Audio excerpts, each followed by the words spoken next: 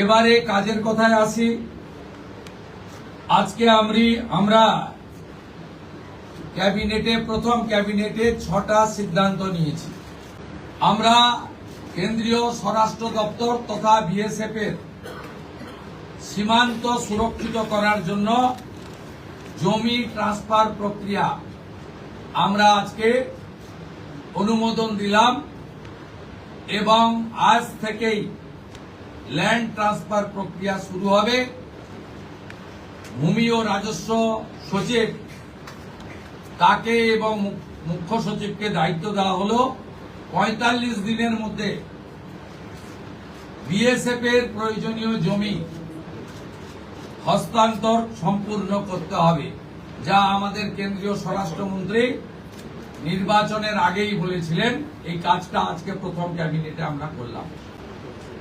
মাননীয় প্রধানমন্ত্রী নরেন্দ্র মোদীজি তিনি বলেছিলেন প্রথম ক্যাবিনেট মিটিংয়ে আমরা আয়ুষ্মান ভারতে যুক্ত হব।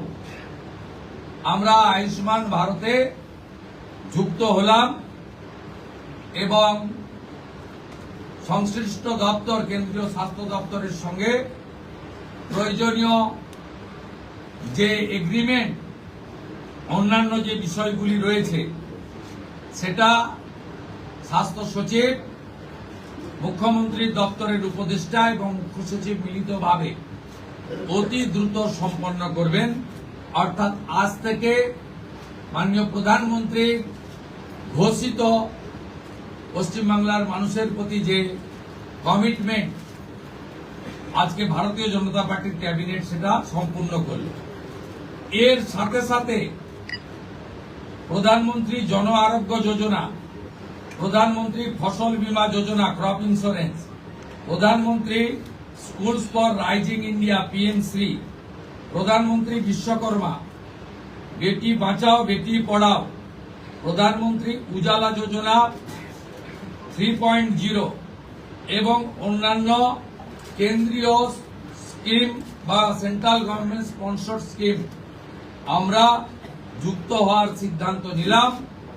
বিশ্বকর্মা যোজনায় আমাদের যারা বিশ্বকর্মা আছেন, হাতের কাজ করেন, আমাদের তামার কুমোর থেকে কুম্ভকার, স্বর্ণকার থেকে মালাকার থেকে তাঁতি থেকে নাপিত থেকে সবাই যারা 8,65,000 আবেদন করে রেখেছিলেন, স্বরাষ্ট্র ও সমবায় মন্ত্রী অমিত শাহজি নির্বাচন প্রচারের রায়দিঘি থেকে বলেছিলেন যে 2015 সালের পরে পশ্চিমবঙ্গে কোনো রিক্রুটমেন্ট হয়নি, তাই প্রচুর শিক্ষিত যুবক যুবতীর বয়স চলে গেছে।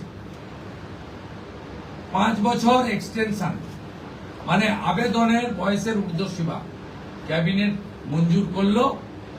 এটাও আজকে আমরা করলাম। আজকে এই ক্যাবিনেট সিদ্ধান্তগুলো আমরা নিয়েছি। আমরা পরবর্তী সোমবার আবার একটি ক্যাবিনেট মিটিং করব। সেক্ষেত্রে আমাদের আরো আমাদের আরজিকর সহ নারী নির্যাতনের বিষয়ে, প্রাতিষ্ঠানিক দুর্নীতির বিষয়ে, পে কমিশনের বিষয়ে, এরিয়া ডি এর বিষয়ে, এই যে বিষয়গুলি আছে আমরা পরবর্তী ক্যাবিনেটে সেগুলো করব। কারণ আমরা এখনই জনগণনা সংক্রান্ত 16 June 2025 ministry of home affairs, office of registrar general India তাদের পাঠানো সার্কুলারকে আমরা এখনই কার্যকর করলাম। এই মুহূর্ত থেকে জনগণনার কাজ, তার প্রক্রিয়া পশ্চিমবঙ্গ সরকার আজ থেকে এই মুহূর্ত থেকে করলো।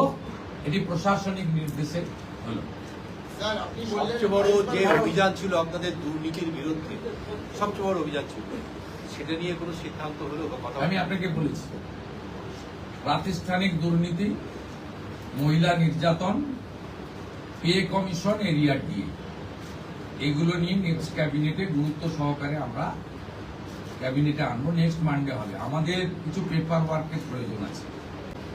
আমরা আগের মতো বাজেট হয়ে যাওয়ার পরে চন্দ্রিমা তুমি এটা বলে দাও, এভাবে সরকার চলতে পারে না।